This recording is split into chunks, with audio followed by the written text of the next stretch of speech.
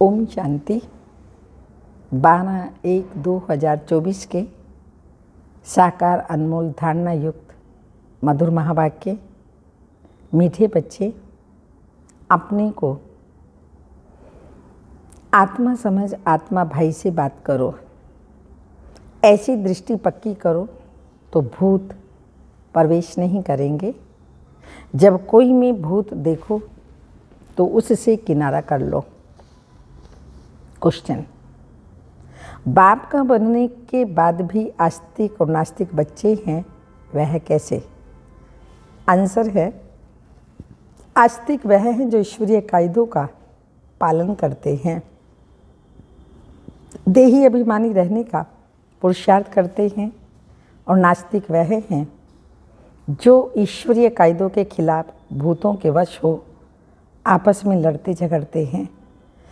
दूसरा, आस्तिक बच्चे देह सहित देह के सब संबंधों से बुद्धि योग तोड़ अपने को भाई भाई समझते हैं। नास्तिक देह अभिमान में रहते हैं। ओम शांति। पहले पहले बाप बच्चों को समझाते हैं कि हे बच्चे, बुद्धि में सदा याद रखो कि शिव बाबा हमारा सुप्रीम बाप भी है, सुप्रीम शिक्षक भी हैं, सुप्रीम सतगुरु भी है। यह पहले पहले बुद्धि में जरूर आना चाहिए। हर एक अपने को जान सकते हैं हमारी बुद्धि में आया व नहीं। अगर बुद्धि में याद आता तो आत्मिक है, नहीं आस्तिक हैं, नहीं आता तो नास्तिक हैं। स्टूडेंट की बुद्धि में फट से आना चाहिए कि टीचर आया है। घर में रहते हैं तो ये भूल जाता है।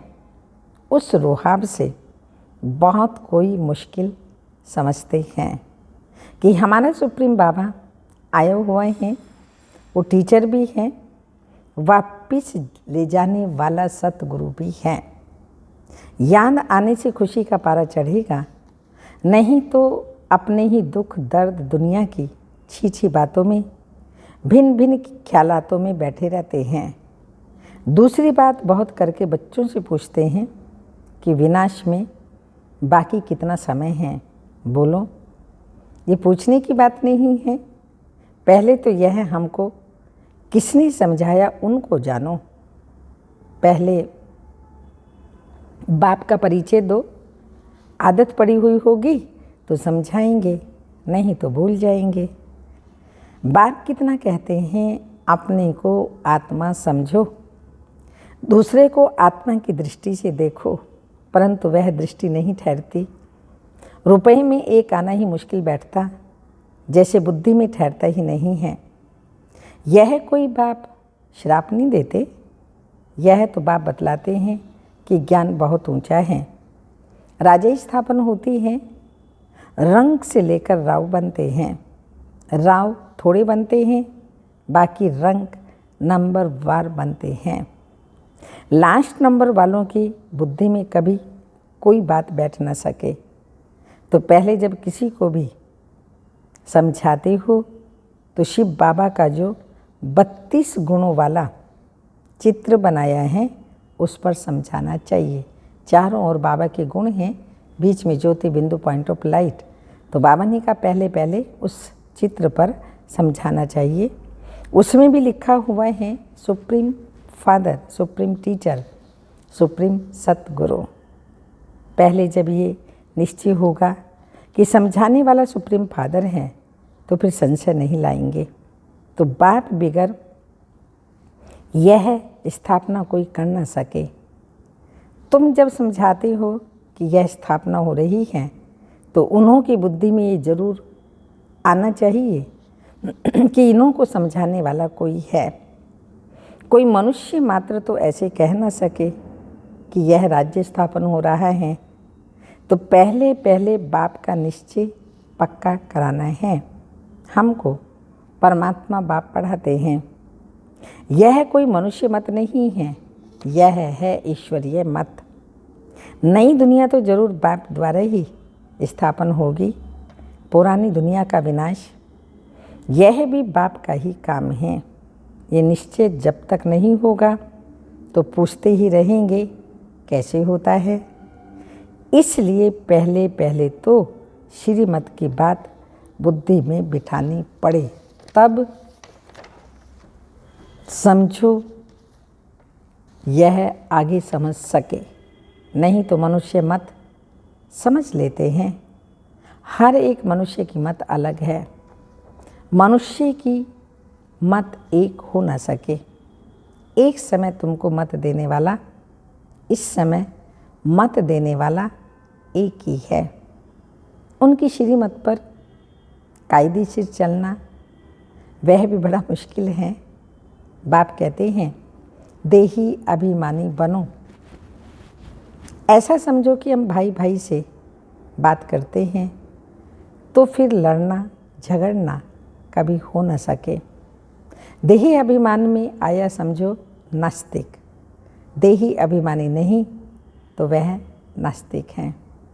देही अभिमानी बने तो समझो आस्तिक हैं। देही अभिमान बहुत नुकसानकारक है। जरा भी लड़ते झगड़ते हैं तो समझो नास्तिक हैं। बाप को जानते ही नहीं। क्रोध का भूत है तो नास्तिक ठहरा। बाप के बच्चों में भूत कहाँ से आया? वह आस्तिक नहीं ठहरा। भल कितना भी कहे हमारा बाबा से प्यार है, परंतु ईश्वरीय कायदे के खिलाफ बात करते हैं तो उन्हें रावण संप्रदाय समझना चाहिए। देह अभिमान में है। कोई में भूत देखो व दृष्टि खराब देखो तो झट हट जाना चाहिए। भूत के आगे खड़ा रहने से भूत की प्रवेशता हो जाएगी। भूत भूत से लड़ पड़ते हैं। भूत आए तो पूरा नास्तिक है। देवताएं तो सर्वगुण संपन्न होते हैं। वह गुण नहीं है तो नास्तिक हैं। नास्तिक वर्षा थोड़ी लेंगे। जरा भी खामी नहीं होनी चाहिए, नहीं तो बहुत सजा खाकर प्रजा में जाना पड़ेगा। भूत से दूर रहना चाहिए। भूत का सामना किया तो भूत आ जाएगा। भूत से कभी सामना नहीं किया जाता। उनसे जास्ती बात भी नहीं करनी चाहिए। बाप कहते हैं यह है ही भूतों की दुनिया। भूत जब तक निकले नहीं तो सजाएं भी खानी पड़ेंगी, पद भी पा नहीं सकेंगे। लड़ाई तो एक ही है। कोई राव बन जाते हैं, कोई रंक बन जाते हैं।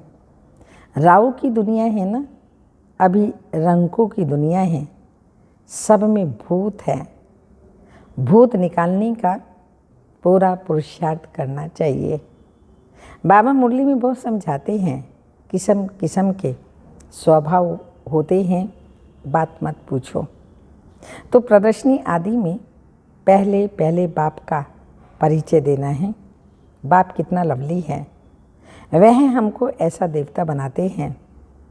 गायन भी है मनुष्य से देवता किए करत न लागी वार। देवताएं थे सतयुग में तो जरूर उनसे पहले कलयुग था। ये सृष्टि चक्र का ज्ञान भी तुम बच्चों की बुद्धि में अब है। वहाँ ये ज्ञान इन देवताओं में नहीं रहेगा। अब तुम नॉलेजफुल बनते हो, फिर पद मिल गया तो नॉलेज की दरकार नहीं।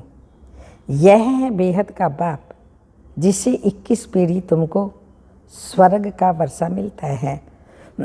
तो ऐसे बाप को कितना याद करना चाहिए। बाबा सदैव समझाते हैं कि हमेशा समझो शिव बाबा हमको समझा रहे हैं।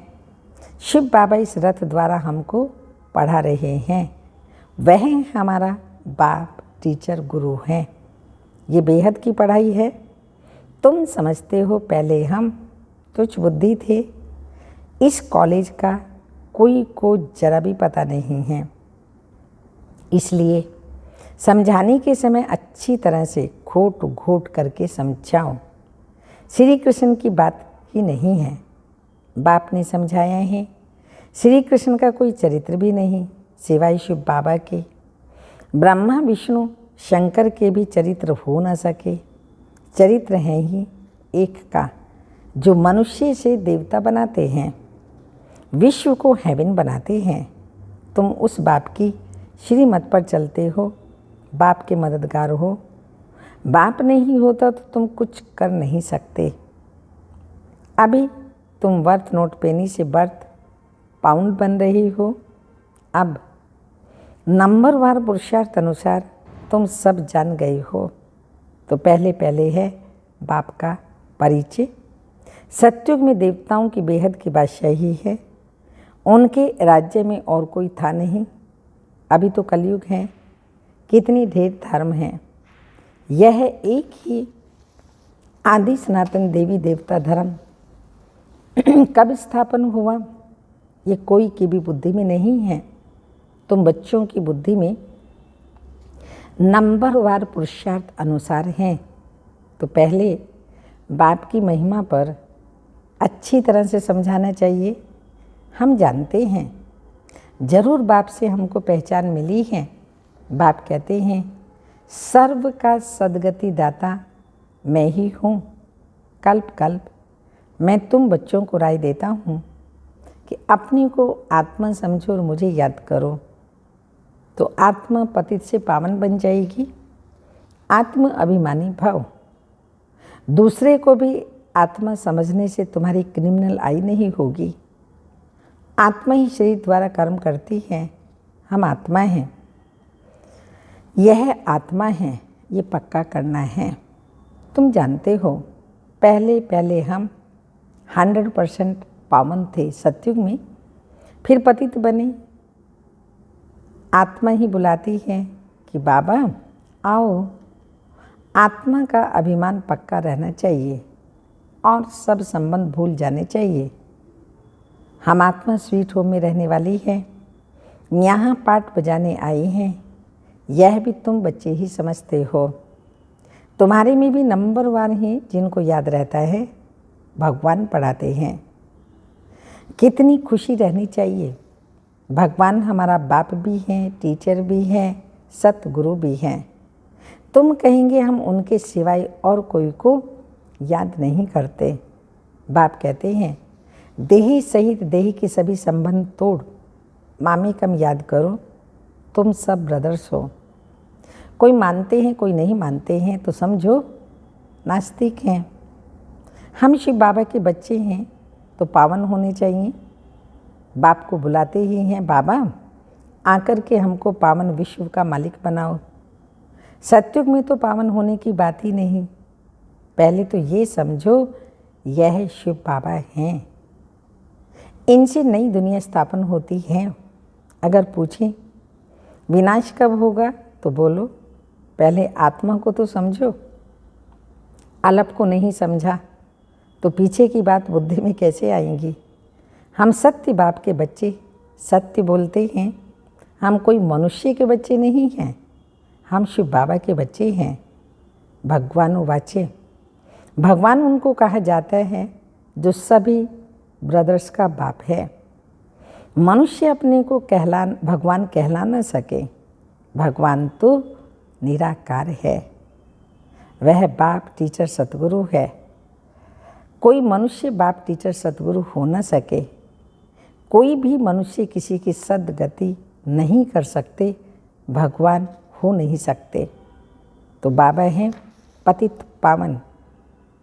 पतित बनाता है रावण, बाकी यह सब भक्ति के गुरु हैं। यह भी तुम समझते हो जो यहाँ आते हो।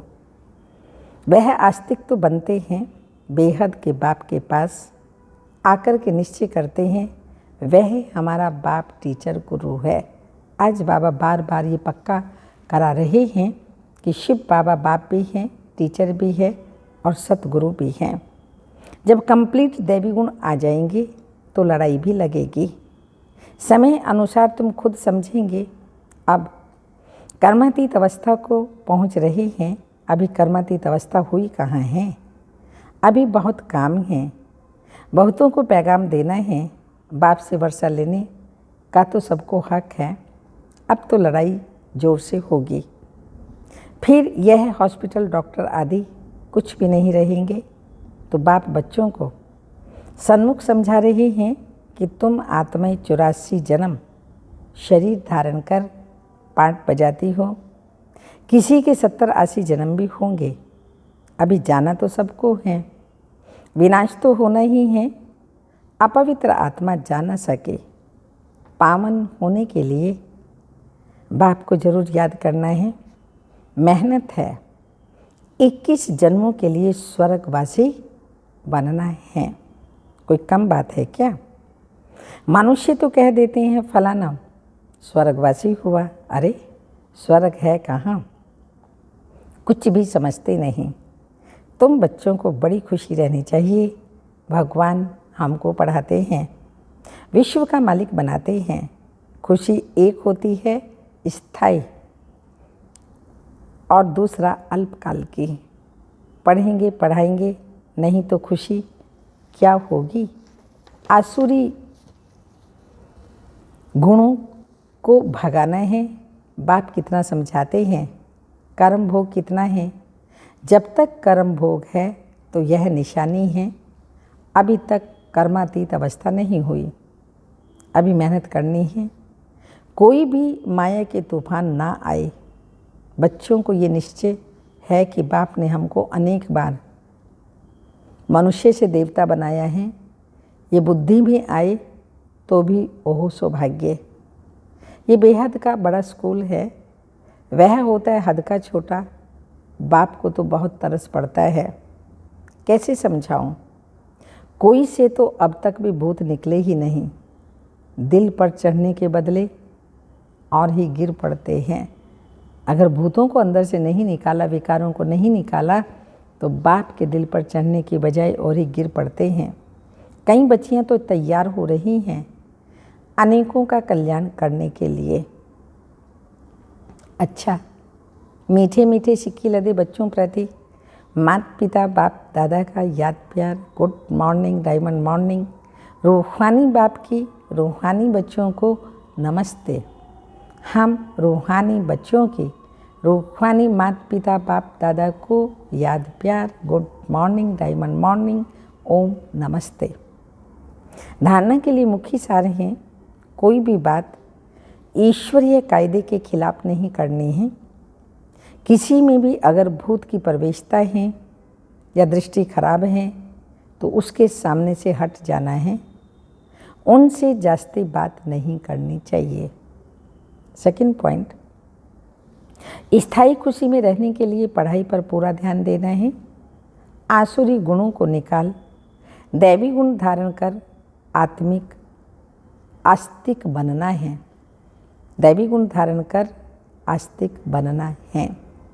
वरदान, निश्चय और नशे के आधार से हर परिस्थिति पर विजय प्राप्त करने वाले सिद्धि स्वरूप भव। स्पष्टीकरण, योग द्वारा अब ऐसी सिद्धि प्राप्त करो जो अप्राप्ति भी प्राप्ति का अनुभव कराए। निश्चय और नशा हर परिस्थिति में विजयी बना देता है। आगे चलकर ऐसे पेपर भी आएंगे जो सूखी रोटी भी खानी पड़ेगी, लेकिन निश्चय नशा योग के सिद्धि की शक्ति सूखी रोटी को भी नरम बना देगी, परेशान नहीं करेगी। आप सिद्धि स्वरूप की शान में रहो तो कोई भी परेशान नहीं कर सकता। कोई भी साधन है तो आराम से यूज करो, लेकिन समय पर धोखा ना दे, यह चेक करो। स्लोगन, निमित्तपन यथार्थ चार्ट बढ़ाओ। निमित्त बन यथार्थ पाठ बजाओ तो सर्व के सहयोग की मदद मिलती रहेगी। निमित्त बन यथार्थ पाठ बजाओ तो सर्व के सहयोग की मदद मिलती रहेगी। साइलेंस के लिए पॉइंट है, अव्यक्ति साइलेंस द्वारा डबल लाइट फरिश्ता स्थिति का अनुभव करो। किसी भी कार्य में नवीनता की इन्वेंशन के लिए एकाग्रता की आवश्यकता होती है। चाहे लौकिक दुनिया की इन्वेंशन हो, चाहे आत्मिक इन्वेंशन हो। एकाग्रता अर्थात एक ही संकल्प में टिक जाना, एक ही लगन में मगन हो जाना, अपनी शांत स्वरूप स्थिति में स्थित हो जाना। इससे बुद्धि का भटकना सहज छूट जाएगा। देह और देह की दुनिया सहज भूल जाएगी। और डबल लाइट फरिश्ता स्थिति का अनुभव होने लगेगा। ओम शांति।